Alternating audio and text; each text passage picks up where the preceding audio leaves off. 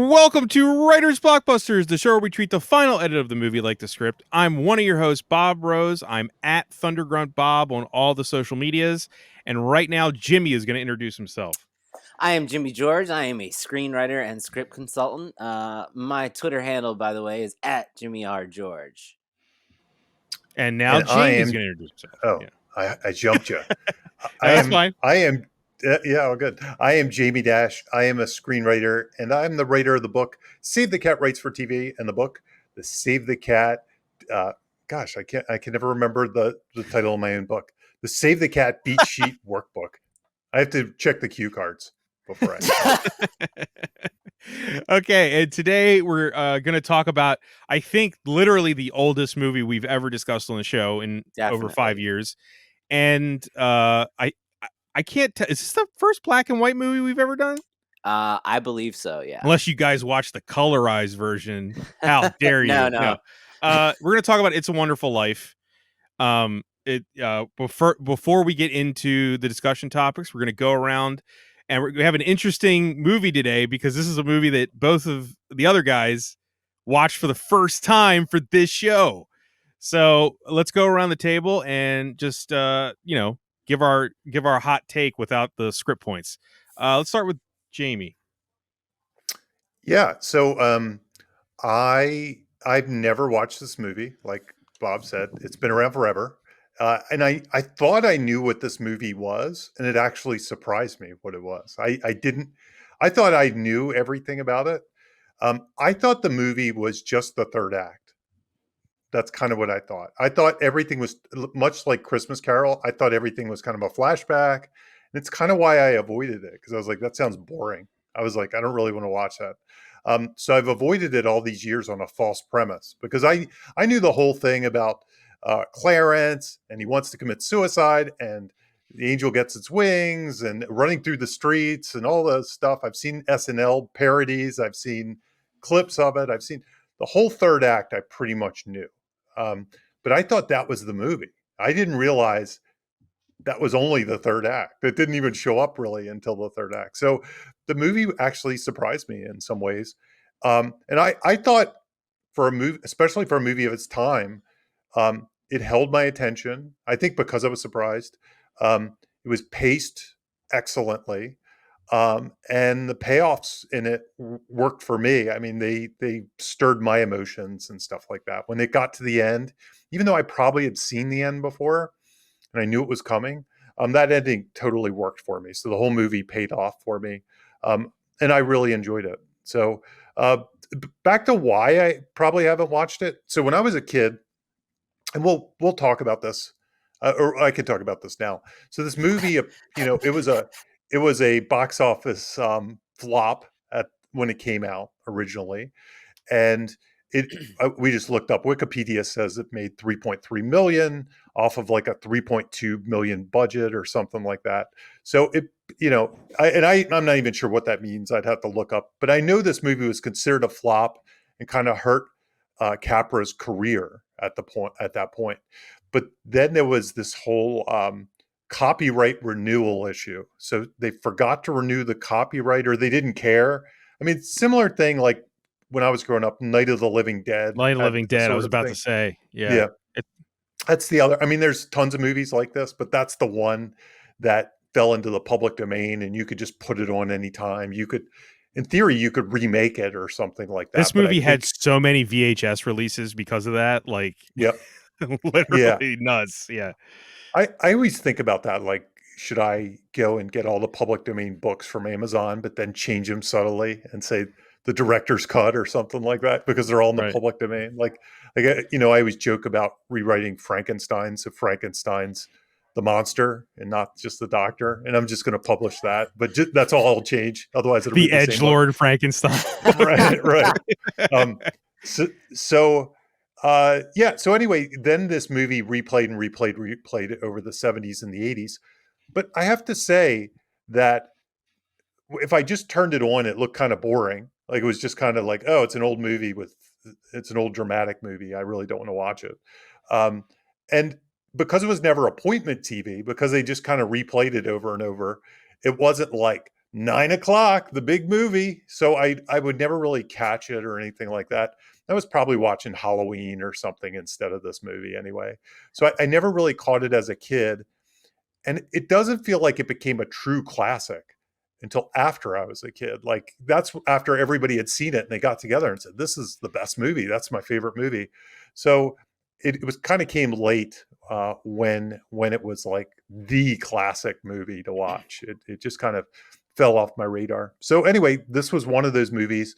There's very few classics that I haven't seen. No, a couple years ago, Casablanca I saw for the first time. I hadn't seen that in many And you years. hated it, This right? is one. No, I much like this. I thought it had a It very sucked. yeah, timeless feel, and it was well paced and everything. Um, I think the only big one on my list still, and I won't see this one, is Gone with the Wind. I'll never see Gone with the Wind. It just looks boring. I don't know. I don't want to see it. I So love that that's your reasoning for not watching Go with the Wind, I'll not never the other see it. problems with it. It's that Yeah. I it think just looks I think boring. I think it was like growing up. It was like my mother's favorite movie, and that already puts like She made some it kind of uncool. shade on it. Like, yeah, she didn't like movies in general, but that's the one movie she would say if you said, "What's your favorite movie?" She'd say Gone with the Wind. I think it was because it was an event movie when she was a child. It was like Star Wars or something. It's a movie everybody went to see. But anyway, that's my It's a Wonderful Life and why I hadn't seen it, and I finally saw it. Real quick, the first thing I did after I rewatched it for the show is I watched the SNL skit with the alternate ending where they beat the crap out of Mr. Mhm. Potter. That's like the first thing I Right. did after watching the movie. I was like, now I got to I, watch that, you know? that's how I know this movie is that, Yeah, and things right. like that. Is from It's that. Yeah. Yeah, you say similar things like whether you saw certain comedy skits before you saw the movie. This, It's this also a one's that movie way that for me. it's a movie that plays in other Christmas movies, right? Like Right, Gremlins and right. Christmas Vacation. They're watching like a Yes. clip from it, and that's how we know about it. Yep. All right, Jimmy. So I had almost the exact same comments as Jamie, top to bottom. I like had zero interest in this movie.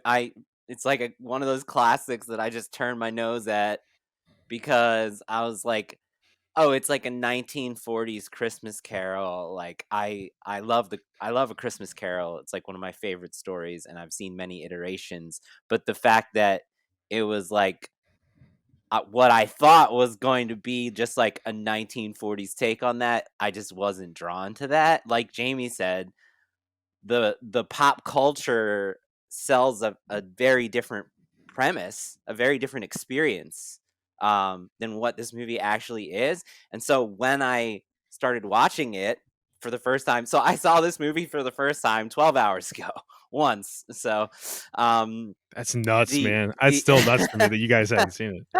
so when I started watching it, I was really surprised by it. Like I was surprised at all that there's a lot of interesting choices it makes, and it's telling the story in very um unique ways. And we're going to get into some of that. And so because of that, yeah, Jamie, it acts just like you. I was sort of on the edge of my seat, like, how this is not at all what I thought it was. It was totally different than I thought, which is And weird, that right? made me like even more compelled by it. Like I was like, where is it going? And now we're Yeah. like, Like when are we getting to this angel yeah. business? I Yeah, was like the there's midpoint, yeah, the yes, finale. I exactly. was like, Like what's happening? Like there's dual protagonists, but we haven't seen the other protagonists since the beginning. Like blah, blah, blah, blah. Yeah, we never actually really met him. He was just like a star. Like anyway, so The best special effects ever. I love it. yeah, dude, they're so good though. Think Yeah, about Ben. Yeah. yeah, yeah. So anyway, ultimately the ending hit really hard for me. I was also familiar with the ending and all those big beats, just from being a human in America and having Christmas shoved down your throat for 43 years of my life. I knew all those moments, but they watching it on the whole, they definitely hit really hard for me. I think it's a beautiful message. I understand why people watch it during Christmas time, even though it's not necessarily Christmas centric. And yeah, I loved it. So You know, I'll tell oh, you go ahead.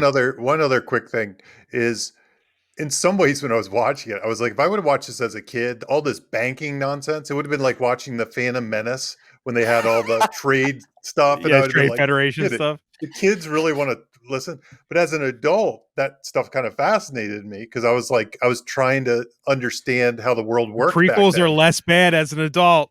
Yeah, yeah. So I actually was very intrigued by the whole banking aspect of it and things like that, and how a small town savings and loan would work and things like to Mhm. me that was interesting.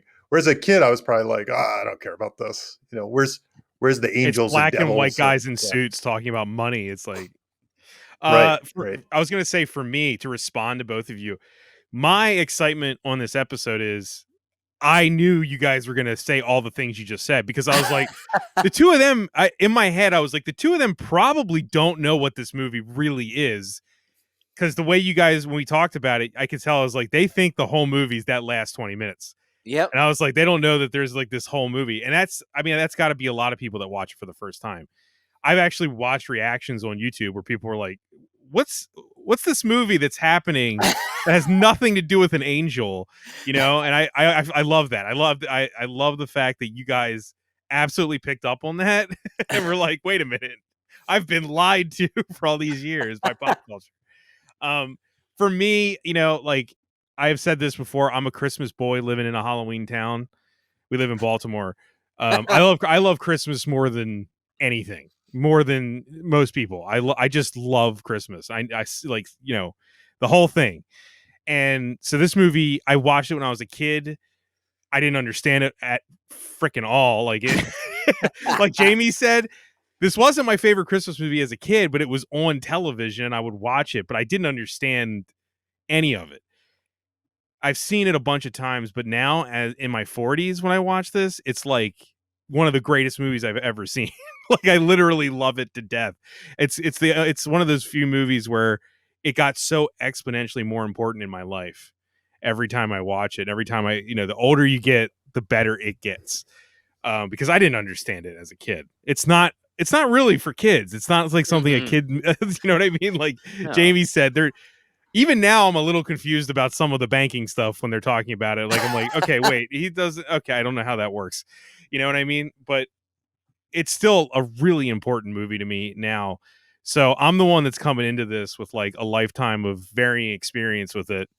I mean, I probably have watched it as much as I have A Christmas Story because there's always a channel playing It's a Wonderful Life on Christmas, just like Christmas Story is on. Now it's like Christmas Vacation is on loop now. We're getting older, so the movies start getting newer, right? Where they loop them all Christmas Day.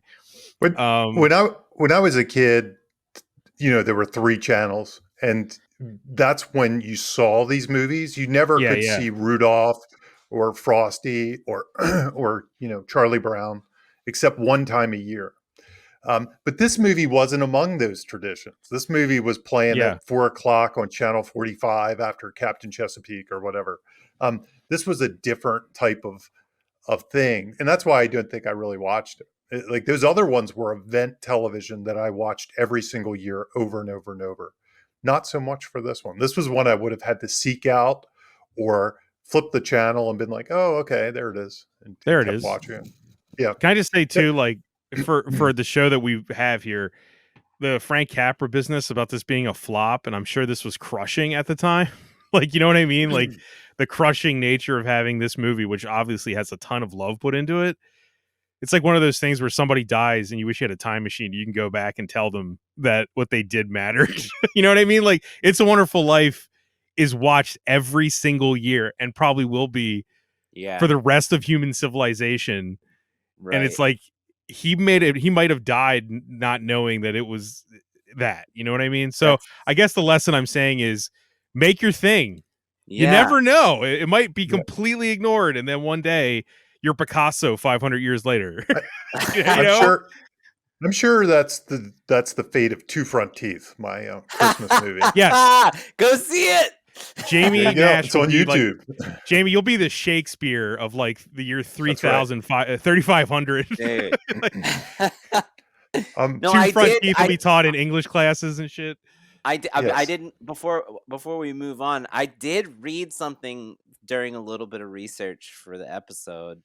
I can't remember the source, sorry, that there was some behind the scenes political efforts to minimize the theatrical distribution of this movie, because it had like an anti-capitalist message, and basically it was like rich bankers and politicians are the villain, and Do you that, think like, that's the reason Mr. Potter never gets his comeuppance in the I don't movie? know. I don't know, but I had read that there were Mhm. reasons behind why it did poorly at the box And office besides public response. It was like, right. It was too ahead of its time for the, Well, the Also it was and the made during the Hays Code. Red Scare was in mhm. full force during that time. So anything that even sniffed of being, communist or something would have probably It was had made during people looking twice. the Hays Code too, so it had those restrictions on it as well. Like even her showing her leg in that one scene was huge for that time. Like, and that I was I Wow. mean, yeah, there were elements of it I was kind of surprised at, like when she said, "We're making love down here," or whatever she said to her mom. I was just like, right. I was Like, like, they did that back. Whoa. That they had that sense of humor back then. they did But that back obviously then. they did. Yeah, I, I didn't think they would have joked with their mom like that back then, but it kind of took me by surprise. I was like, Hey, "This is cool." Yeah. and now we're at a point where we got like the youngins don't want sex scenes in their movies anymore. Start watching 1940s Oh, movies, kids. You're not going to get any sex scenes. So there maybe you you go. will based on this. Yeah. Um, Well, the okay. so So who there's wrote one this other shit? thing. Yeah, Oh, go and ahead. this is related to it. This is Okay. related to it. So the book, this is based on a book, and the book was called The Greatest Gift. And apparently the book was kind of a failed book or something like that, that the author wrote as a pamphlet that he published and sent out to his friends and stuff, and then eventually it became a book and got published. I also believe it was a radio show before it was this as well, though I've never heard the radio show. But here's the thing about the book, and the book seems like it's a short book. It's you can buy the whole book, but I've heard it called a short. I've heard it called a book. Maybe it's like a novella. I even read it myself. But apparently, the book is just the third act. So it is the thing that Jimmy and I thought it was. It starts with him going to the bridge and he's going to kill himself. And it's funny because it doesn't have some of the justifications for killing himself. Like the one thing the movie has an out with is he's killing himself for the money to like save his family in some ways. It's not Mhm. as He's dreary worth as more like, dead. He's worth more dead than yeah, alive. Right. yeah. So Mm. so it's less like I'm killing myself because I hate myself and more I'm killing myself to save some people or something in some ways. But the book, I don't think the book has that element. And the book also doesn't say Clarence is an angel. He's the stranger. He's not called Clarence. He's the stranger. And when he makes the wish, then he goes back and sees how things have changed, but none of it's set up for us in advance. So Mm. instead, in very much book form, we're in his head and we can kind of feel what he feels, but there's not as much setup payoff as there is in the movie. So they did a lot of great adaptation, I think, for the movie because the reason the movie works is because they made those choices. All So the anyway, setup. Yeah. And yeah, but any that's the parody book. you guys had seen throughout these years would have only used what the book covered too, right? Yep. Like I was thinking of like the Married with Children did It's a Bundiful Life. It's just the third act of the movie. They only have so much time. But that's the only thing. Like if I was just thinking, like, even as a kid, I thought the movie was that Yeah, because of and that. well, That's like the whole Right. story, you know? and in the Bundys, we have a whole series setting up the ordinary world, so we only Right. So need you the can just finale. you only need to know how Yeah. miserable his life is, right? I'm sure there's a Simpsons episode that's probably like that too, though I can't recall. I can't recall it, but there has to be. Yeah, there has to be The because it's Alf the the Alf Simpsons. Christmas episode is like one of my favorite Christmas episodes, and it plays with I was like, "Oh my gosh, like I didn't realize that one of my favorite Christmas episodes was just like an homage to this." Like like Yeah, Alf goes to a bridge and someone's going to throw himself off the bridge and Alf's basically the angel. Like it's very oh man, it's go seek it out. It's And they beautiful. think he's an angel because he looks like Alf, right? Yeah. Yeah, I remember that. Yeah. great stuff. So It is. so this script was written by several different writers, and I think it came down to arbitration. So there were even more writers before the ones that got the credits. The writing credits were a little bit different back then. Like some of the rules have passed since. So there are actually more writers on this than maybe today. Like some of these people probably would have gotten slighted today. But we have Francis Goodrich, Albert Hackett, and Frank Capra get screenplay by credit. And then there's additional scenes. And this is the credit you wouldn't get today. There's no additional scenes credit in today's screenwriting world, but additional scenes by Joe Swirling. And it's based on The Greatest Gift by Philip Van Doren Stern. I wonder if Philip Van Doren Stern wrote like 10 other books. Probably not. I mean, you Maybe can so. look it up, but that's when we do our Philip Van Doren Stern episode. Yeah, that's it. We'll cover his entire Stay bookography. tuned for that. Yeah. It looks like Phil was a Civil War historian, and most of his books are about the Civil War. Mm. So there you go. Very cool. Well, this is a great movie for us to do on this show too, because as you guys put it in the comments, save the cat times 1,000. Right? You want to talk about the rooting resume, Yeah. the movie? Right? Yeah. This movie, I mean, I think it's one of its strengths is just how likable the main character is over and over and over. Like he just keeps being more and more likable as he goes. He starts out likable, he gets more and more likable, and I think there's a certain tension. I think we have a later I think talking also point, but I'll mention Jamie it. relatable too is as Relatable. And that's just, part of that's part of that rooting resume.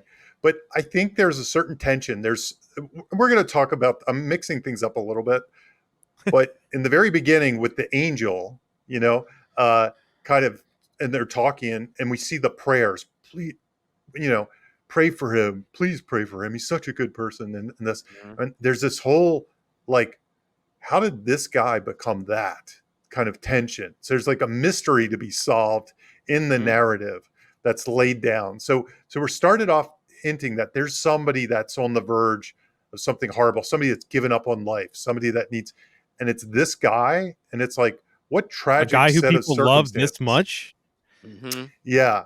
So there's an interesting tension there that they do that's very clever. I think it helps make the movie not boring, because if we were just dumped into a story about a guy who was super likable and we kept stacking those scenes and kind of building his life, I'm not sure if it would have the page flippability, let's say, of this, where we're trying to answer that question. And like Jimmy and I, we have the added question of, how does this movie become the movie we know? So we're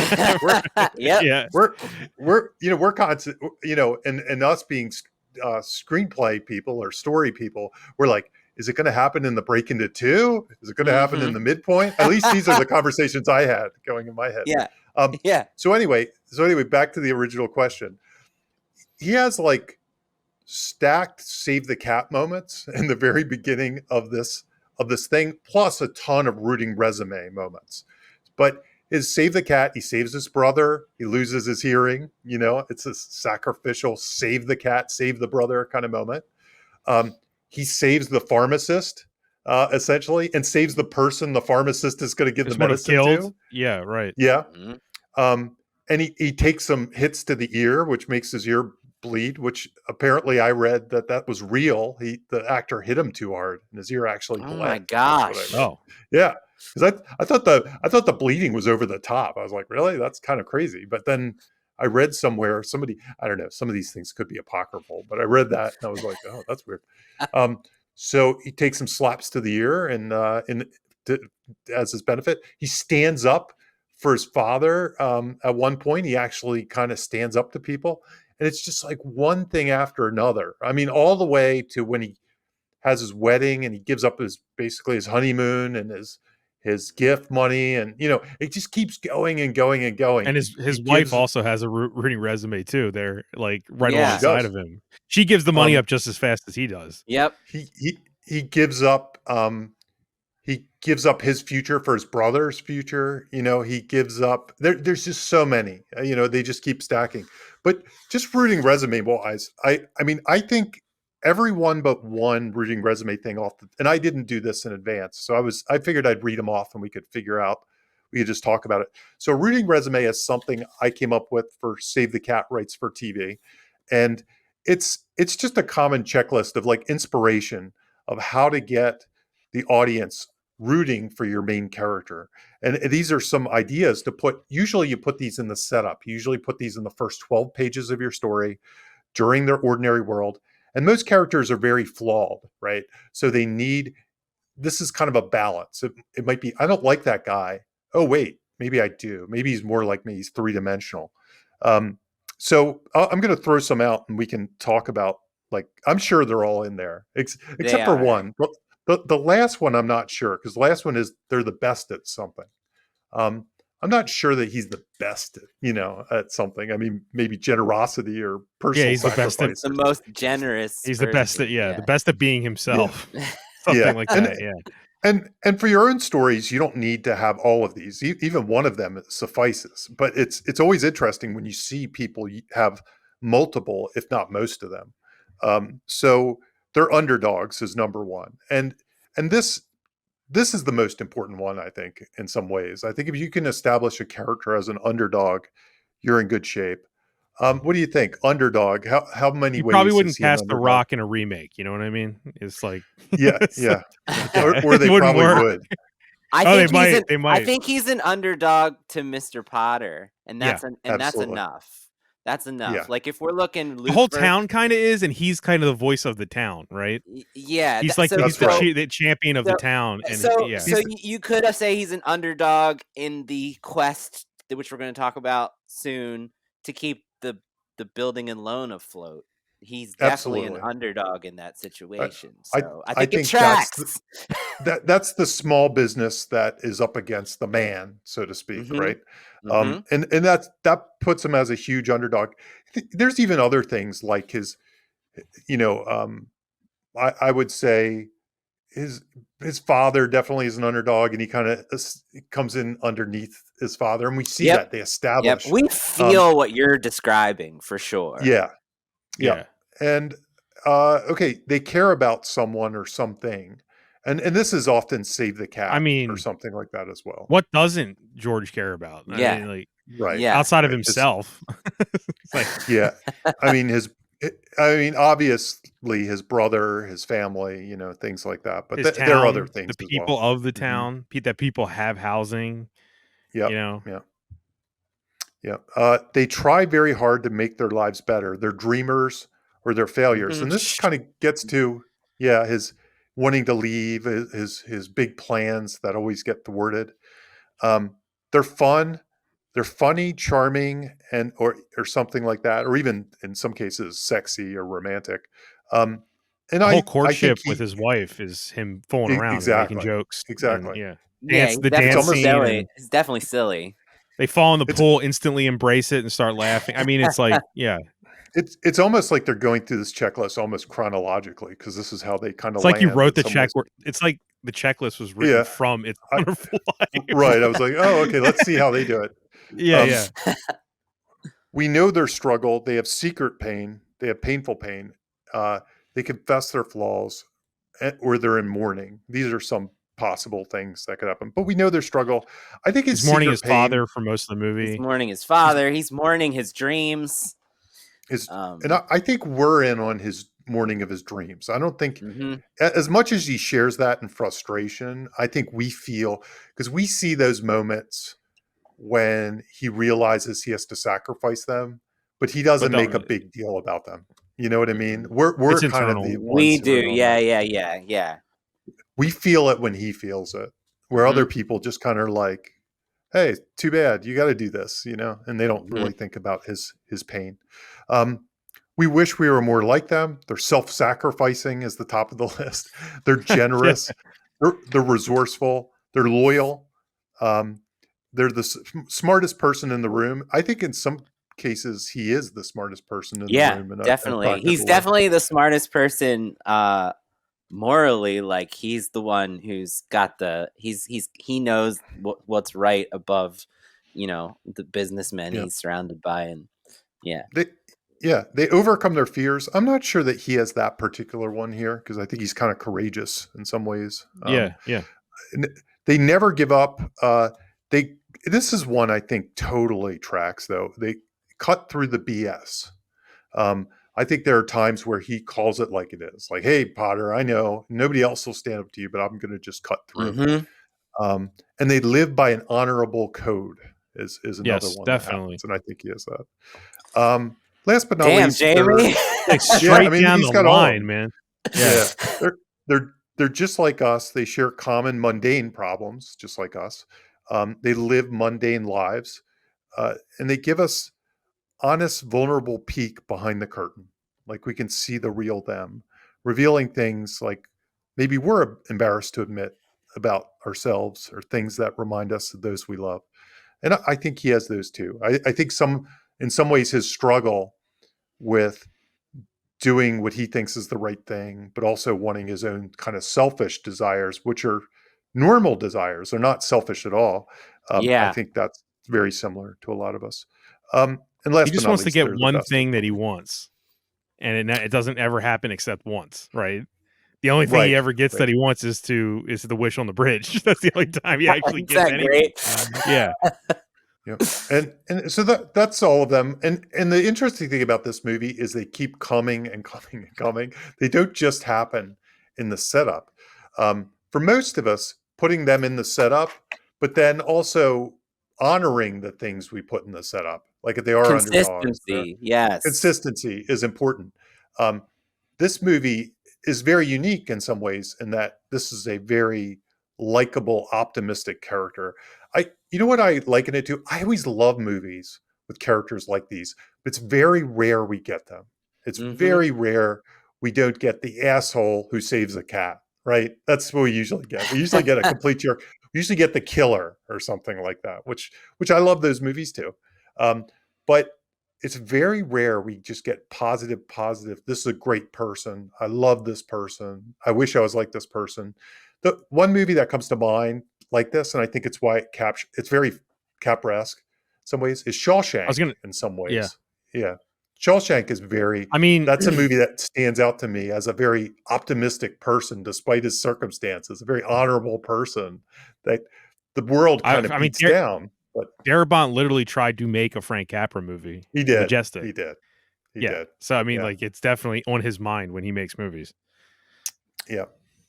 There's a few other ones I can't think of off the top of my head, but whenever these optimistic characters show up, and it works, I'm always like, wow, this is a really fun movie. I'm trying to think. There's probably some Not movies not like, trying to change the subject, but on a yeah, different movie. But this is like a blueprint for how I want Superman movies to be.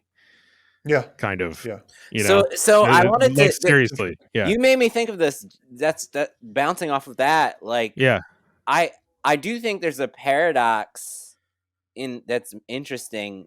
This is kind of going into the story DNA, Jamie. So if you want to pick that up right from this, um, I do kind of think though his internal, is not optimistic. I actually think he's like cynical inside, because like when we're gonna get to the theme, he's sitting at the table basically saying, I can't make a difference. I don't matter. Like Mhm. unless I do something bigger and go out of there, which is a very cynical, not optimistic view But of it's relatable as himself, hell. right? Of himself. Yeah, Amidst, in contrast to all his actions being very positive and being very just like pure, inside his need, he thinks that's not great. Like he's basically like, isn't so what, isn't that also though basically. kind of selfless in a way too? Like he's like, I'm not really There's the most important thing here. right.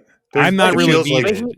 Yeah. but he, in my opinion, the old way before he gets to the new way, the movie is about him learning that that's No, bullshit. it is. Yeah, Like, right. yeah, like he looks at that and in a bad way, and in the end, it's like everything is exactly the same. The only thing that's changed is his perspective, right? So He's still like going to nothing jail. has changed, you know. I'm like, going to jail. Isn't that great? it's about to change, yeah, but Yeah, but he doesn't know that. yeah. So So to take that and jump somewhere else super quick, but I wanted to mention Christmas movies in general, Yeah, I and skipped Hallmark over that. movies I'm in sorry, particular. Jamie. my favorite Oh subject. no, no, and the reason I actually it's a great segue for it what you said because Okay. this is what when I was watching it struck me. So I worked on some Hallmarky kind of stuff before. Nothing produced or anything, but I have a lot of producer friends from the kids space. I've done a lot of kids Christmas movies, and they work in Hallmark movies too. Um, and I consult on a lot of Hallmark Christmas movies as well. Like people will come to me that want to break into that, and it's always a tricky thing. And I'm going to tell you the tricky thing that you bring up right here. So, one producer once said, Hallmark movies are regular movies, except you take away the three C's. The three C's. And the three C's are, um, if I'm remembering right, character, conflict, and comedy. Cool. What? Okay. And they were very serious about it. And they were like, they can't be too funny. They can't be too clever. They can't have too much conflict. And they really, I don't know about the character part because I think they do have some character, but in some ways they don't. And I think it's related to the conflict part. And when I was watching It's a Wonderful Life, I was like, oh, that's kind of how you do it. Like this movie, it does have conflict, but I'll give you an example. When they're at the dinner table, and it's a great theme stated moment, there's kind of like the dinner With the table dad. scene Yeah. with the dad. And the dad kind of says, I need you to stay, right? And or basically that's what he says. He kind of and he says, I can't stay. Normally that would become the conflict. It'd be a big thing. You don't blah blah blah, and you don't. Instead, these are two very nice people that kind of see each other's point of view. And in Hallmark movies, that's kind of what typically happens. So the conflict doesn't become like the tumor of the thing. It does become, they kind of look at each other and they kind of realize they're both nice people. And then they kind of move on from the conflict relatively quickly. And it was a moment I was like, that's it. That's how it happens. And now the bad Hallmark movies can have something like, I'll give you an example. It's like we were engaged to get married, but you like this other guy. Oh, it's okay. He's probably better for you. That's the bad version of it. But that is what happens in Hallmark movies all the time. Is they don't like to dwell in the conflict. They're not like, you are an evil person. Instead, they kind of see eye to eye a little quicker and kind of move on.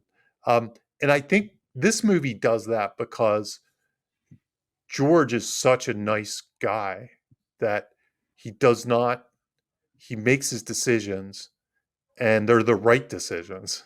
And people know they're the right decisions.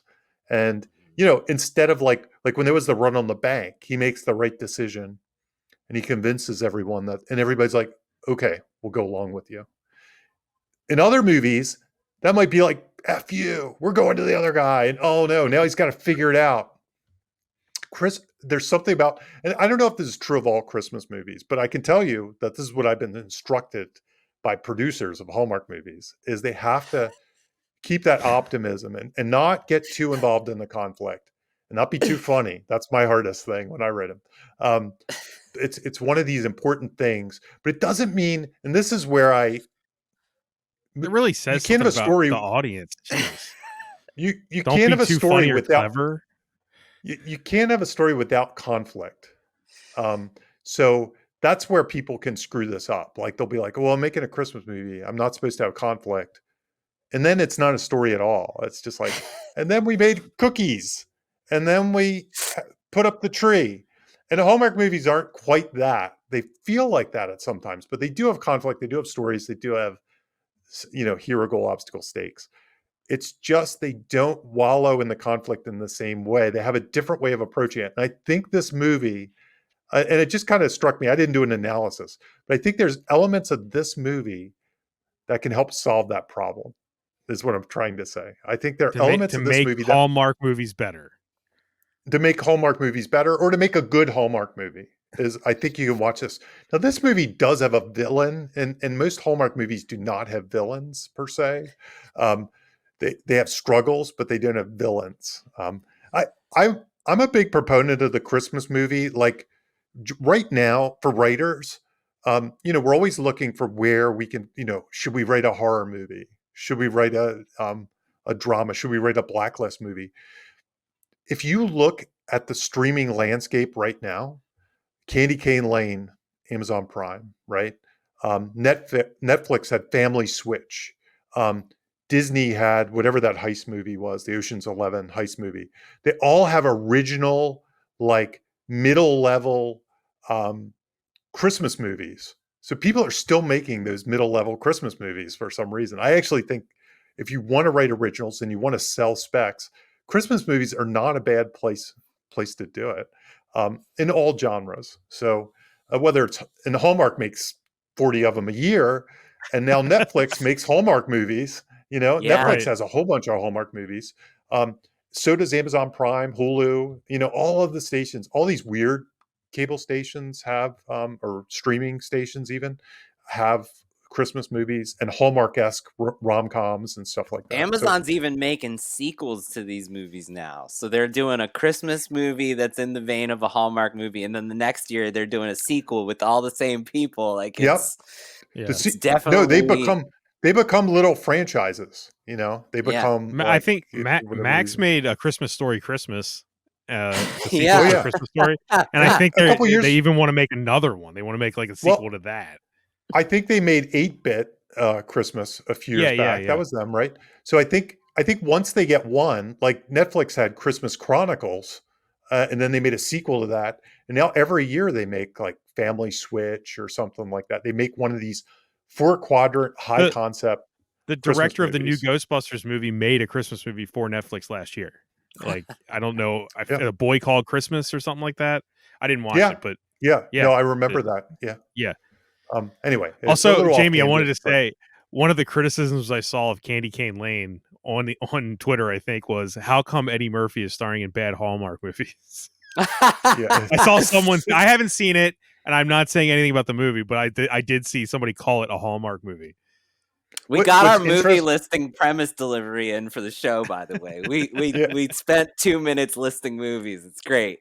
yeah. Yeah, What's interesting right, though about right. Candy Cane Lane that relates to It's a Wonderful Life is one of the rules. There was a book written a few years back, um, about making Hallmark movies. I can't remember what it's called now. I I wait, might sorry, have it but over here. yeah, there's two Yes, in the Hallmark room books, with and Jimmy. there was one written in 2017, and it's a blue cover with elf boots. I can't remember what it's called, but I remember it talked about supernatural in some Hallmark movies. Most Hallmark movies don't have it, but the main thing in Hallmark movies is the supernatural has to be positive. So, It's a Wonderful Life has an angel. Candy Cane Lane, and this is the difference, has an evil elf. That's Mm. the version. The elf is the Spoiler. villain. Yeah. Well, that's kind of part of the Did you premise in watch? some Did you ways. actually watch it? I didn't. I I watched I didn't. watched all these Oh, movies. I watched oh, them all. okay, okay. Um, but because I want them to buy Jamie's specs got his like that. fingers So I on the wanna pulse of the Christmas spec market. That's the what's funny thing is every one of them, like when Family Switch came out and when the Ocean's 11 came out, I got a dozen emails that said, this sounds like something you pitched. And I'm like, yeah, I pitched every single one of these. When I watched Candy Cane Lane, I was like, I pitched versions of this 500 times to different people. It just, so sometimes it's right place, right time.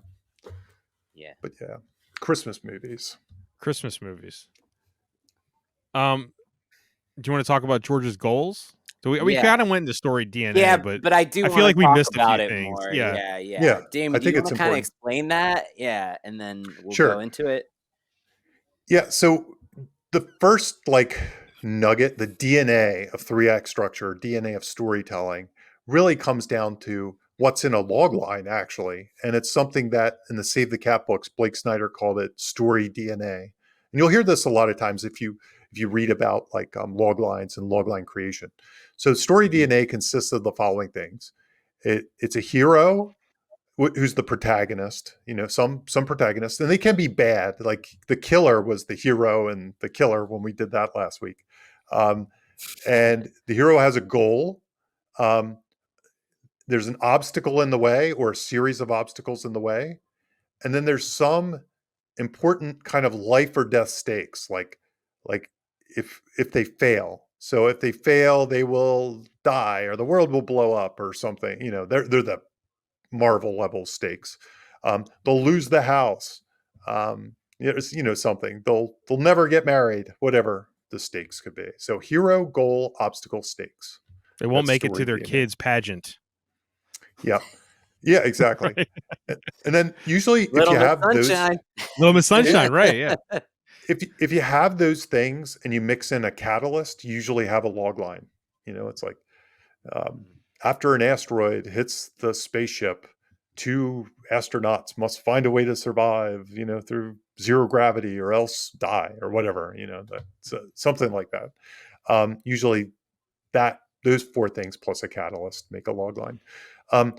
What's interesting about this movie, so if Jimmy and I, and if you look on IMDb how this is pitched, and I did a quick Google to see if anybody had a real log line for this movie, but the real log line for this movie would be, George is the hero. What's his goal? To help the town, to keep the savings and loan going, something like that. Yeah, The I obstacle basically would was be now gonna Potter. ask, is it like an abstract? It's kind of an abstract goal, right? Like It's to kind of an keep abstract. It's a little keep the loose. building. Yeah, Yeah. To keep the I think building and loan business afloat. That is af- filmable, but not af- really.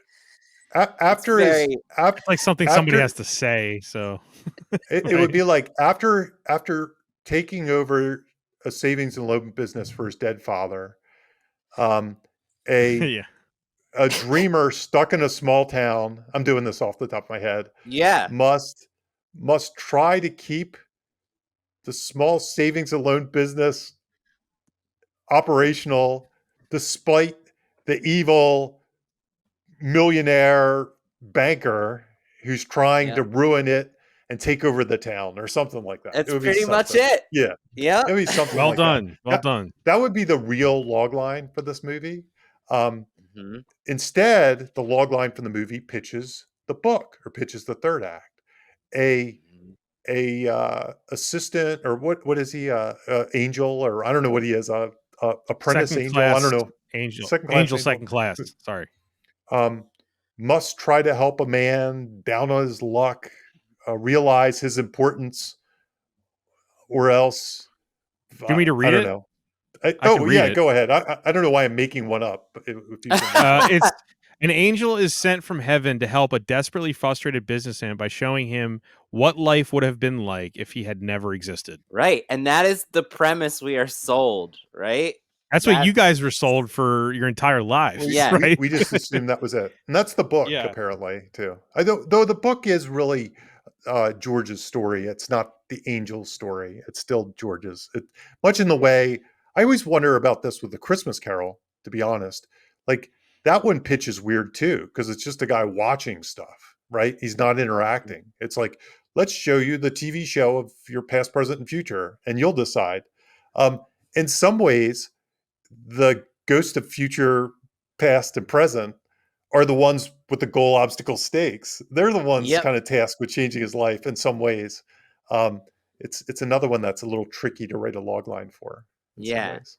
But I thought what was interesting, now that we've observed these, now that we pointed this stuff out. So his goal is abstract, right? Keep the building and business afloat. He's got a tangible reward, right? Tangible motivation, which is keep the townspeople who rely on his business safe and cared for. And the stakes are that Mr. Potter will take their homes or charge them so much that they have to leave their homes. So those are very classical. We can see that. We can film those stakes, right? They put faces on the stakes, just like we always say.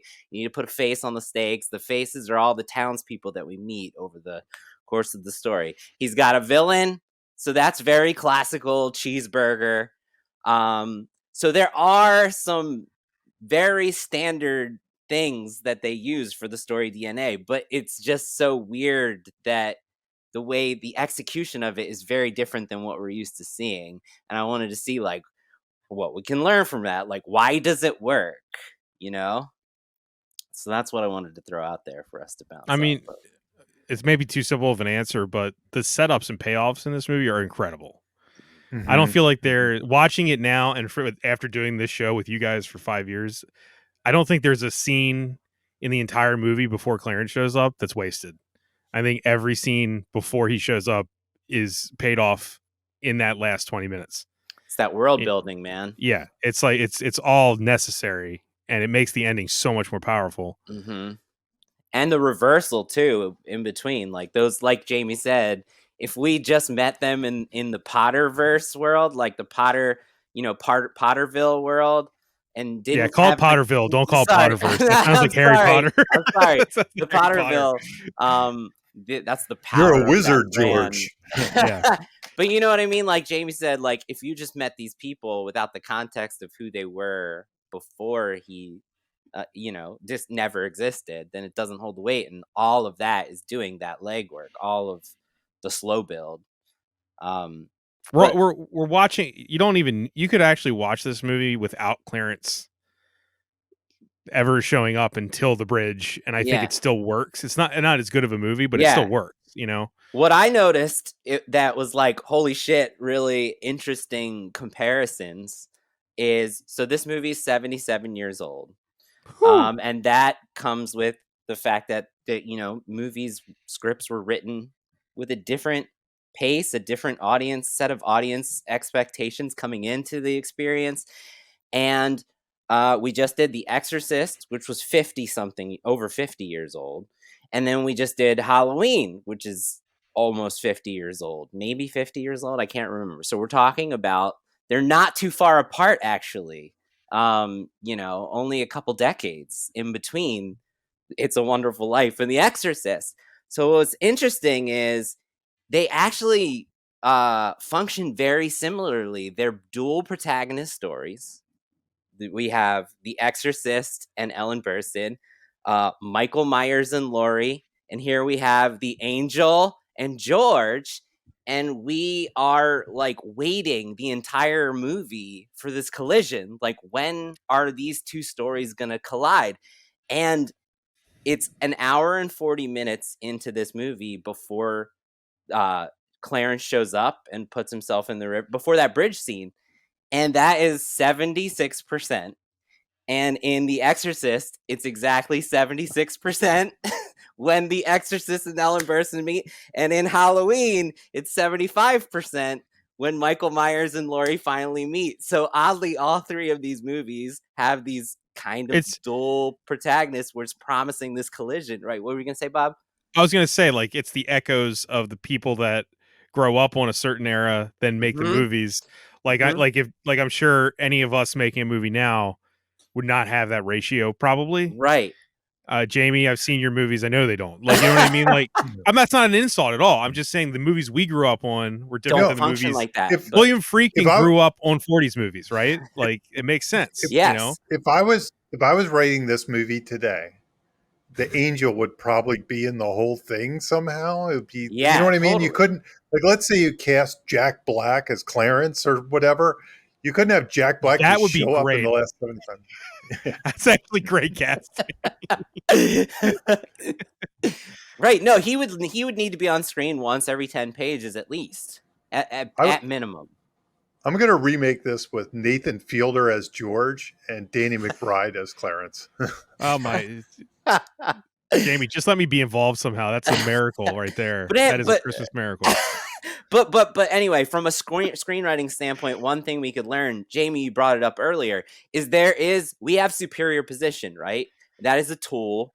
That is a technique you can use to create tension. We are ahead of George, and the only thing we don't know is what the hell happened. What's about to happen? What's the bad thing that is so bad that needs an angel to intervene and save him? And the entire thing is building to that, and that's why we stick around. That gives it the momentum, and it's it's interesting that The Exorcist is very similar and Halloween is very similar. It does the same thing. It's doing the same thing with a different genre. So that was my favorite thing I noticed after That's I really wish you cool. said that at the Yeah. beginning. This movie reminded me of The Exorcist. and Nothing- Halloween. Yeah. and Halloween, nothing else. Yeah. What's really interesting about that though is I doubt of all the other movies we've done so far, we've come up with any movie that fits that model in the modern Yeah. era. You know what I mean? No, Like not at since all. And that, 1990 or whatever, you know. yeah. I was going 85 to ask, now knowing that, what would you say to writers out there who are aspiring screenwriters about telling a story that way, writing a script that way? Jamie, what This would you be say? a really hard one to Audiences pull. change, you know. Yeah, this would be a really hard one to pull off and get past all the gatekeepers and stuff like that. It really would. It would be a difficult one. Mhm. But I guess if you engage people, and this is where that weird side of it that's hard to teach.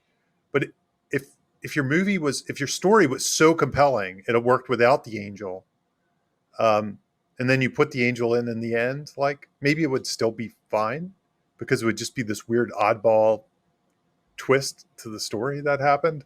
It's like But From it Dusk would Till have to be Dawn. great. It would have to be standalone great.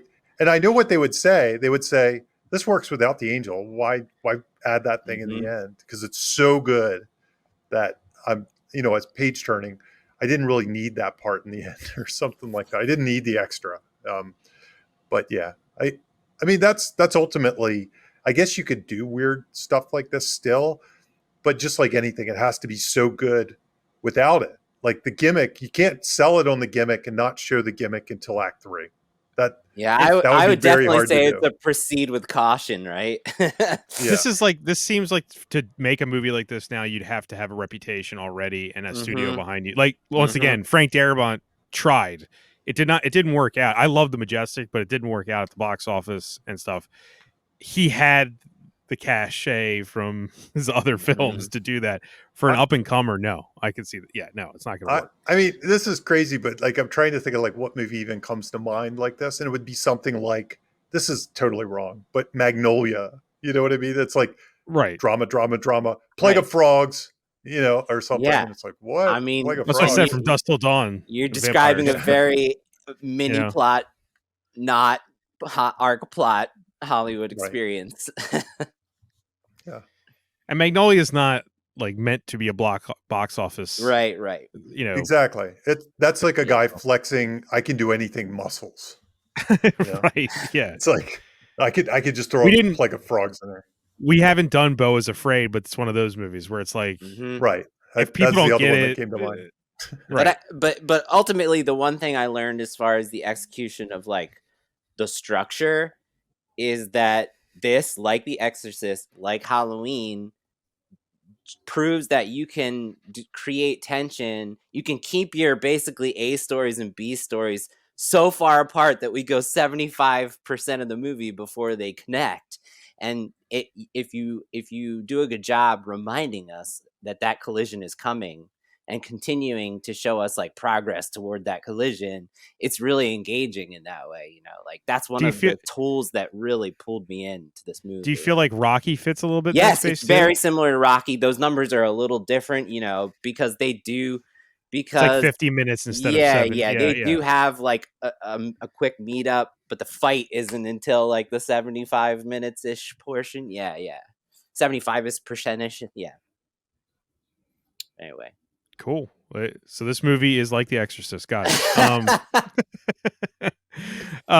So we covered that's the premise delivery, right? Like you didn't have anything that's what I on wanted that. to say on that. Yeah.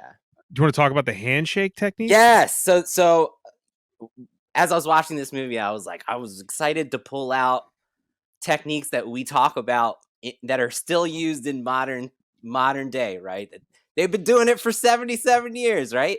So one newer technique, I've only talked about it on the show a couple times. One newer technique that I've been using to help my clients, shortcuts for easily helping us understand the bonds between characters and kind of like instantly updating us about the progress of those relationships. I call them handshakes. And so far, I've noticed 4 types of handshakes, and that is greetings, games, guidance, and goodbyes. Some examples of greetings is Sloth and Goonies. Hey, you guys. An example of games is Fezzik and Inigo. Every time they're together, they're doing those rhyming games. They're rhyming. Anybody want a peanut? Guidance is like one of the most common ones. Star Wars, use the Force. Dead Poet Society, Carpe Diem. Goodbyes, Spock, live long and prosper. Every time he says goodbye, he uses that, and we always know what's happening with that relationship based on that reminder of that handshake he has. Terminator, I'll be back. Yippee-ki-yay. So this one, and sometimes a character has a handshake with just one relationship. Sometimes a character uses the same handshake with everyone. Like Biff says to everyone, why don't you make like a tree and get the hell out of here? Like, that's his classic goodbye handshake. And some relationships have all 4 if you spend enough time with them, right? They have their greetings, their classic greeting, their classic game, their classic guidance, their classic goodbye. So I loved that this one, in my opinion, has a handshake, which is George and Mary. Their relationship is forged during the dance, right?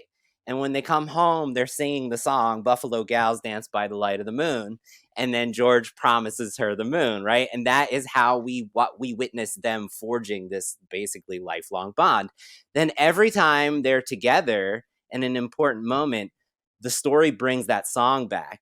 Mary tries to remind him when he's all upset about their relationship. She puts on the record, right? She's singing it and he's not responding whatsoever to the song. And then she shows him the art she made, which is George lassos the moon. And then later on in the movie, that song comes back once again as things are getting better. Once again, they're like singing it together. So it's just a great example. This song is their handshake, right? It's a very easy technique to help us understand and like track how a relationship is progressing. If you ask yourself, like, what can I do to easily make it easy to track whether they're getting better or whether they're getting worse. So it was just something that 77 years ago they were still doing this, and it was still great. Cool. You want to talk about theme now? Yeah, Jamie. Yeah, the one thing that this movie strikes me as, it has a very classic theme stated kind of moment. And it's that scene I mentioned earlier where they're sitting at the dinner table. It's George, his father. There's some other people in their family. The brother's there, I think. Is it Annie? What's her, the maid or whatever? Annie, yeah. Anyway, they're all there, and George kind of says something along the lines of, and so a theme stated moment in Save the Cat terms, usually in my opinion, it's just another setup scene. So it's something that sets up your ordinary world, the flaw of your characters, all your characters, the first 10 to 12 pages of a screenplay. And usually there's a moment somewhere in there. And if you read Blake, he says page 7 or something like that. I think it could be anywhere. It floats. But somewhere in there, your character is kind of acting out their flaw and someone calls them on it. And in this movie, they call them on it in the most gentle sort of way possible. It's a very gentle call. So George is saying, I'd go crazy staying in a town like this. I need to do something and make a difference in the world, change the world. And his father said, well, I think, I don't know the exact quote, but it's like, in our own small way, we are doing important things here. It's like one life touches many others, or something. Yeah, like his that. George's dad's line actually is, "I feel that in a small way, we are doing something important." Yeah, so right. There's the theme. There it is. And that's the theme stated. And so people get hung up on theme stated. That's usually how to play it out. Have your character saying something flawed. Have somebody that maybe has a little bit more wisdom or can see a bigger picture. Call them out on it in some very organic way. Just even, it doesn't have to be sound like a thesis or anything. It just can be very much, it should sound just like dialogue. And that's what this does. Yeah, I almost tracked Agents of Change for this because I think George has a lot of them. But I just ran out of time. Like his dad is definitely his dad would be one of them, yes. right? His wife, his dad. Yes. Yeah. They're all over the place. Yeah. It feels like a whole movie of Agents of Change, really. Yeah. You can even argue Potter was somehow one. He a little bit. absolutely is. Yeah, Yeah, he's right, the right. extreme. Yeah, he's on the He forces extreme. his hand. He's right. like he's preaching to George the very thing that George inside believes, which is like Yeah. you need to get out of this town. You're meant for better things and money and power and all this stuff. And that's what George, the lie that And George believes inside. So he's But he also absolutely an agent of change. he believes it, but he also there's a part of George that like knows that Mr. Potter's always wrong. Oh yeah, yeah. And so he wrestles with the fact, wait, if he's saying that's what it is, then I don't want to do it. You know what I mean? Like that's definitely in the He's movie. the circus right. mirror. Yes. Right. He's like, I could become this guy. But, Yeah. Right. It's our classic. It's not on the list, but yeah, if George, your classic hero villain construction, a really easy way to do it is if you're crafting a villain that if the hero makes all the wrong choices, they can become the villain, and that tracks here for sure. He could become Mr. Potter very easily. Yes, the town's in his debt. He gets offered too, right? to be taking over his job, basically. And he's already handicapped. It just takes his attitude change. Yeah, he'd just be Mr. Potter, right? So what's the lesson the story is teaching George and us? Jamie, I really want to hear what you say about the arc thing because I want to debate it with you. Yeah, well, no, actually, it's not so much that I have. I mentioned that this feels like a flat arc in a weird sort of way. It feels like it because he really does do in the big picture the right thing. He makes the right choices. He makes the good choices the whole way, and the world keeps beating him down. They keep, it's the Superman thing where he keeps trying, and at every turn he gets beat down to the point where he's like yelling at his wife and kids and stuff like that. They do finally kind of get the best of him at that point. They break him down, but that's the only time he really shows like he lets his guard down in a huge way. That said, there definitely is a clear arc based on what we just said the theme was. And we've talked about how there's two types of arcs, right? There's the ones I always forget. There's you can care more or you can be more confident. And then I added more of a team player, I think. Learns to work as a team, yeah. Yeah. So when you think about it, he doesn't care more. I don't think he learns that. But I think you could argue he's more confident because what he's wrestling with is that his life is meaningless. I think he thinks he's a fail. This is the arc, I guess. If he thinks he's a failure in a weird sort of way the whole time, there's this underbelly. I think Clarence knows that. Clarence uses that word in the note. Yeah. In the note, He thinks he's a failure and he's failed. And what he learns is that he's a big success and he hasn't failed at all. He's the biggest success, and he's done all the important things that he didn't think he was doing. And that's confidence, I guess. I guess you could argue that's sort of confidence in a weird sort of way.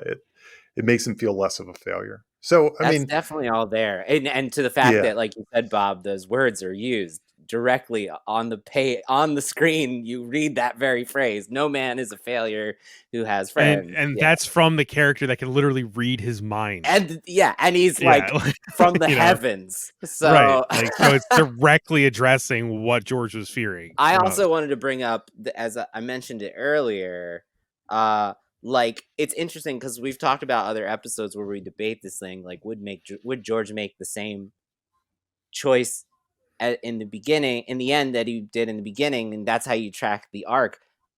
I think he would make the same choices, but he feels completely different about it, right? So his arc is in his feeling. It's like in his opinion of what he's done. That's why it's a strange one.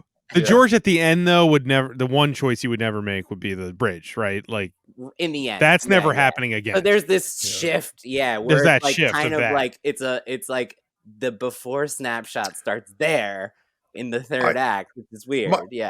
My only thing with the bridge thing, and this is where I think they do cheat a little bit, where if it was darker, it wouldn't be that way. I do think there's a practical side to the bridge thing. So it's not so much because he thinks he's a failure, though that fuels a little bit of it. I think part of it is like, this is the only way I can save everybody. And I think that's There's a little bit yeah. of a cheat in order to make the movie less dark. I honestly Right. It's think a that's part self-sacrifice. of it. Yeah. Yeah, it's still a self-sacrifice. It's the ultimate It's not. self-sacrifice. No, he's not committing suicide out of depression. Yeah. Yeah. It is So literally maybe he his would own, do it yeah. again, is my point. Like maybe Yeah. if things really Wow. got backed up and there was no other option, he would Wow. literally give his life to save others. Yeah, Wow. that's a good point. That's a good Yeah. point. Yeah. No, He it's- might double it's- down on it. Like this, He might In, be in more, some really. other meaning. insane scenario where he could die, where his death would Right, save the right. town. Sure. Yeah. Yeah. Like a meteor is It's a coming weird towards thing. Earth Yeah. and he has to sacrifice himself. Yeah. Like, okay. But it is a weird thing that it makes the movie feel less dark because he has a reason to do it, as opposed to if he just, because there's really no, it'd be hard to come back in some ways from like all that and like his family and giving that all up just because he thought he was a failure or something. It'd be hard to come back from that. David S. Freeman, I just didn't want to forget this. David S. Freeman, the Beyond Structure teacher I've talked about in the past, he has a list of like 30 different character arcs beyond the basic three that we talk about all the time. And one of them is overcome cynicism and learn you can make a difference. And I think that even though outwardly, as we talked about, he's a very positive guy, inwardly, he is a cynic. And I do think that that is the arc. Like he learns that everything he's done matters, right? And that's like the message of the movie, right? He's not a failure. He's not poor. He's already rich. There's even a toast to my brother, the richest man. You know, like all of those things are said to the audience, right? Like they're meant for us to take out of this, I think. The weird part about why I come to the flat arc idea a little bit though is early in the movie, he really does know he's making a difference. Otherwise, he wouldn't fight for it so hard. But he does know that if he walks away from this thing, Potter's going to take over. If he didn't think that was important, he could walk away. You know, it's a weird, which is why I kind of feel like it feels like a flat arc. Well, I know it's not. I mean, I'm when kind we've of talked debating about myself. this on the show in the past, I feel like I might have said this, like there's a difference between a character changing who they are and having new information. Yep, that's what I couldn't remember what it was, Bob. Yeah, and you could argue, Jamie, that he has new information now, sort of. Like he realizes that, oh wait, like I do matter and I did change these people's lives, but his outlook and what he thinks is right is exactly the same. Yeah. You know what I mean? Yeah, like he's still a good person and he never was a bad person. You know what I mean? Like he knew what the right thing to do was, but now he knows the impact it has, I guess. Yes. He has new information. He's not a different man, but he has new information. It's hard. It's very nuanced. I like that it's not easy. It's very nuanced. I think that makes it also stand the test of time, right? That you can still talk about it like this. Yeah, it's like just because he doesn't think he made an impact, or just because he did the right thing doesn't necessarily mean he thinks it worked in some ways. Or so, you know what I mean? Like, yeah. But it did work, and that's what he learns. He learns that, you know, it did work. It was important work. Scrooge is a different person. Scrooge changes. Yeah. George Bailey, it's like, oh, he's still George Bailey. But he just ultimately, knows now. you know, we talk a lot about the feelings of it. Like, do you feel it? And I do feel like there is an emotional, like, emotionally fulfilling understanding that he is different. Like he is never going to be the same after this. So it's internal. I think that's the weirdness of it. Yes. Inside of his brain, he's different. It's abstract. Yeah. But his actions will always be the same. Yes. I don't disagree with that at all. But the thing that I think is most impactful for this is that flat arcs are people that don't change, even though everybody wants them to change. And through doing so, they change the world. And the end, what I see is all those townspeople have gone from gimme money to take my money. And that is impact. He changed the world. Like every single person in that room, he changed. So the townspeople had the arc. That's what I see. I see he arced an entire town. They showed us a town without him, and they were definitely not those people. So that's right. I think he that's the difference. Like to Jamie, me, one of the first conversations we ever had was true. it was one of the first conversations we ever had was you telling me how like a Superman movie should be him changing the world, not the world changing him. Mm-hmm. That's Mm-hmm. exactly what you Yeah, just yeah, said, right? Like, yeah, yeah. yeah, yeah. And I think that's why I think this movie is so moving, because like all those people have changed and they appreciate him for it. You know, they recognize it. Yeah. Jimmy, this is yours, right? Dialogue repetition. We've covered this We before. have. I want to speed through it because I want to get to the listener question. But it's a very simple, easy one to learn from. Again, I was most excited to watch this movie and be like, are we gonna see any of our standard techniques that we talk about like every other episode? And we absolutely are seeing that, including dialogue repetition, one of my favorite easy techniques. Like, so there's like so many famous examples of dialogue repetition. It's basically a dialogue setup that's repeated, and the repetition of it imbues it with meaning, and the audience feels something more meaningful about that line. And it's another way to help the audience track how the character's situation is changing, how the story is changing. So some examples are, hello, my name is Inigo Montoya. You killed my father. Prepare to die. Every time we hear that, he's getting closer to fulfilling that destiny. You know, we don't trade lives in Avengers Infinity War. You know, Captain America says it to Vision, and then Vision then later says it to Captain America. It's a Wonderful Life example is like one of the most famous ones ever. Even though I hadn't seen this movie, I knew this line, which is, every time a bell rings, an angel gets its wings. So this is another technique that they were using 77 years ago, and it has stood the test of time. And it meant something different both times it was stated, Yes, right? yes. Completely different.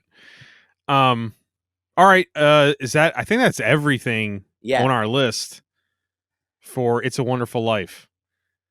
But we do have a listener question. Yes, we're getting back to this. We're getting back to this, and we're not promising we're doing a listener question every time. We're just we'll get to them eventually. So don't, you know. We like the listener yourself. questions. We like Oh, the yeah, listener We do. questions. No, we do. I just We're trying to find ones that are relevant to the episode themselves. Yeah, we're trying to That's mix it the fun in. part. So yeah, trying to mix it in. I- This one is from. I hope one day we just get so many we just do listener questions. That's all we do Yeah, one day. it would be great. That'd be fun. Just do. This is from Harrison. Just Harrison. Harrison Thompson. Harrison Thompson. Ford. Okay. Oh, Yeah. This is from Harrison Ford. He's like, I listened to your Kingdom of the Crystal Skull episode. Fuck you guys. Right. Yeah, you guys, I hate you. You'll never work in this town again, Jamie. You're done for. No more Hallmark movies for you. Okay. This is Harrison. He has a thematic question. A podcast I listened to about Pixar storytelling spoke to the idea of thematic questions. The protagonist starts out on one side of the question and finishes the movie on the other side of the question.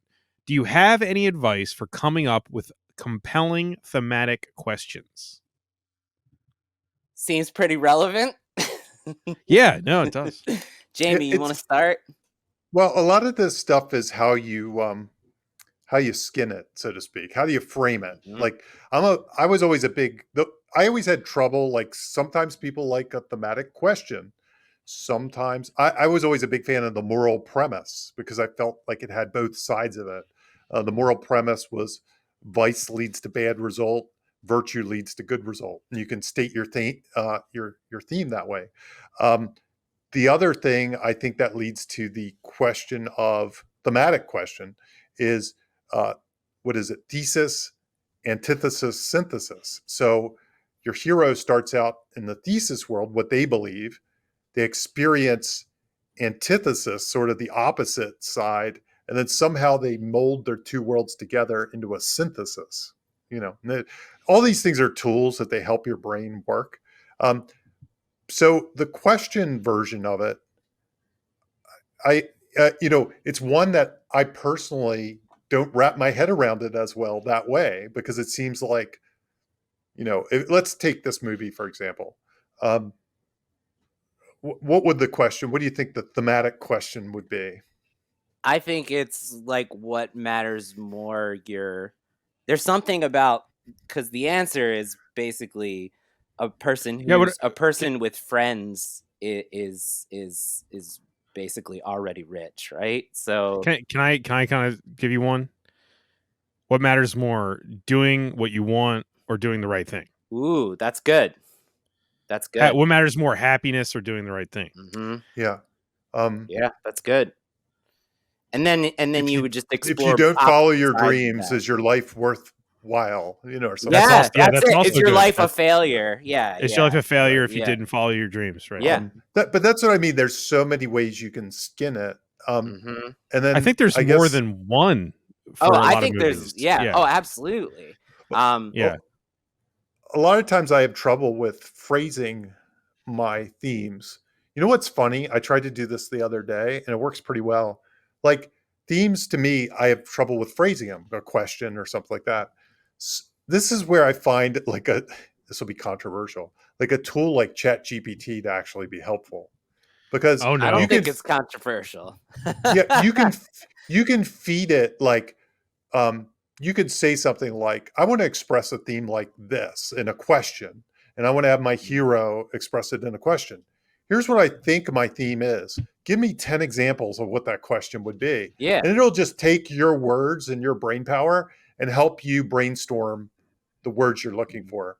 Um, and I think it's useful for stuff like that because it's you having a I conversation with I do yourself. too. But yeah, Yeah. it's just, yeah, it's helping you get to the answers that you're gonna get to Right. I don't on think your it's own. doing the writing for you. It's just No. helping you. It's helping you through the iterations your brain would naturally take, is what I think it's doing. It's giving you something to Um, bounce off of since no one else gives is you, in the room. It's an assistant, an exactly. AI assistant, a It's an writing assistant. assistant. Yep. Yep. Yeah. Yep. But I think there's ways I to do it that way too. I'm gonna take this back to even more basic, instead of focusing on how do you come up with a thematic question, and more just talk about theme itself. I think there's two ways that people go about this, and it's like your mileage may vary, right? Whatever you prefer, or whatever happens first. There's some people who start out with a theme, right? That's all. That is the purpose of writing the story, making the film, whatever it is. Theme is the only thing that matters for them, right? They know exactly what they want to say, and they know exactly how they want to express it. Every time I encounter that, where I'm doing a set of notes on a script, that it's so clear that that is the purpose of it, and then I have a conversation with the writer, like, hey, you seem really into this theme, like, talk to me about that. It's always usually comes across like a PSA to me, like it's very preachy. Even if it's not preachy through words, it's preachy through what's happening. So I would say proceed with caution when starting with just a theme, right, and nothing else, and building a story around a theme. Stephen King talks about in writing that he finds the theme after he's written the story. So he writes the first draft, and then he hones in on, like, what are the common themes that are happening here, and what is ultimately this about? Like, he doesn't necessarily know what it's about until he's written it, and then he reverse engineers and fine tunes everything to fit the theme that he draws out of his own work. And that, I think, is a very instructive way to come up with theme. But also, it really depends on the premise. Like we've talked about in the past, movies where society is the villain, that can very easily, if you're playing in an arena that's a very specific part of society, and you know what you think is wrong with that part of society, and you want to tell a story that involves the conflicts of that arena, that can easily get you to, what's this theme about, right? That's one way. Another way is like just your character itself. When you're figuring out who your character is, ultimately that could lead to the theme. Just like George, Yep. so much of the theme Yeah. is about George himself, and they Mhm. got there from the character building of George himself.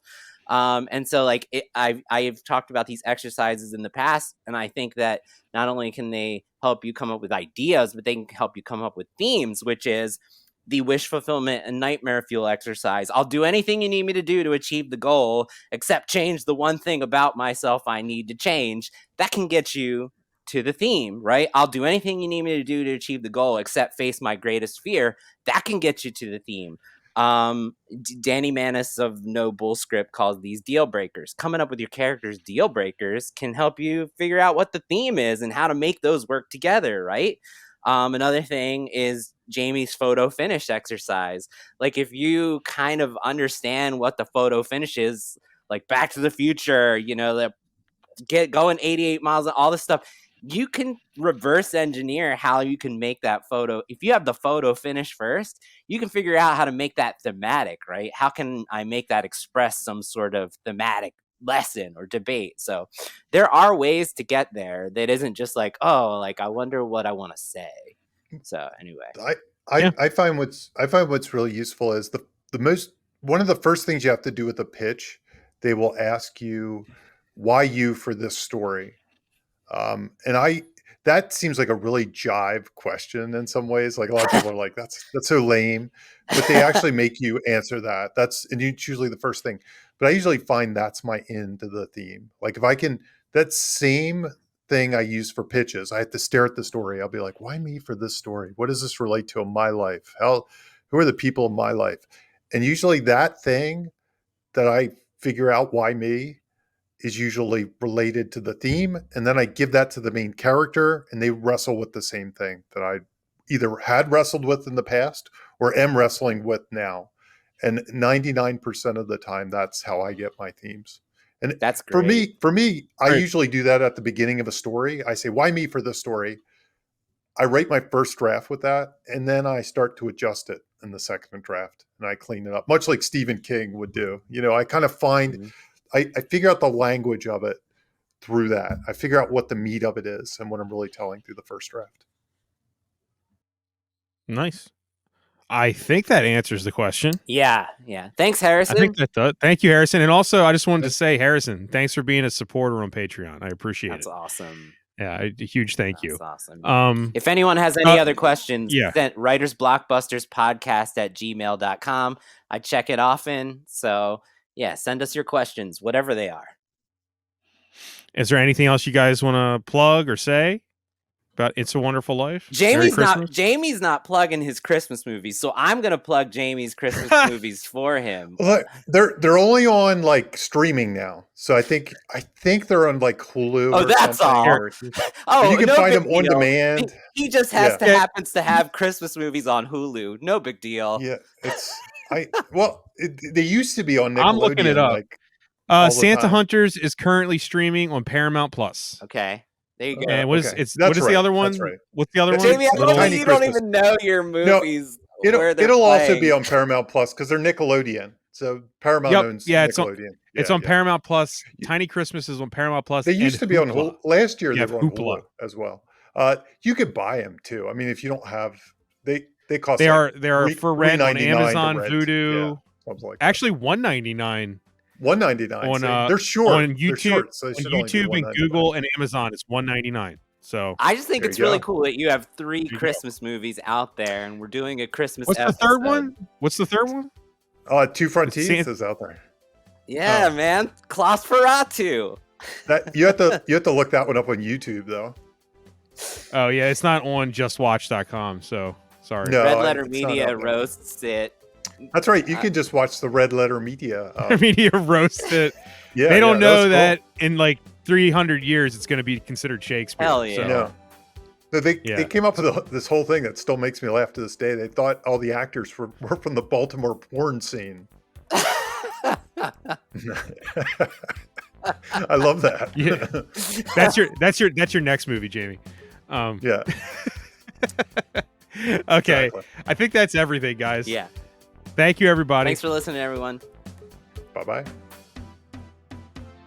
Hey, this is Bob Rose, and thank you for listening to Writers Blockbusters. If you'd like to financially support the show, please consider joining my Patreon. I've been producing the podcast for several years completely out of pocket, and I'd like to keep producing it ad-free and no longer at a loss. If you'd like to help, head on over to patreon.com/ Bob Rose Sucks. That's right, Bob Rose Sucks. And if you want the one and only Jimmy George to help polish up that writing project you're kind of struggling with, head on over to scriptbutcher.com. As a listener, you already know he's the best there is, scriptbutcher.com. You can also support the show by simply sharing it or leave us a review on Apple Podcasts. We appreciate both. Thank you for listening and see you next episode.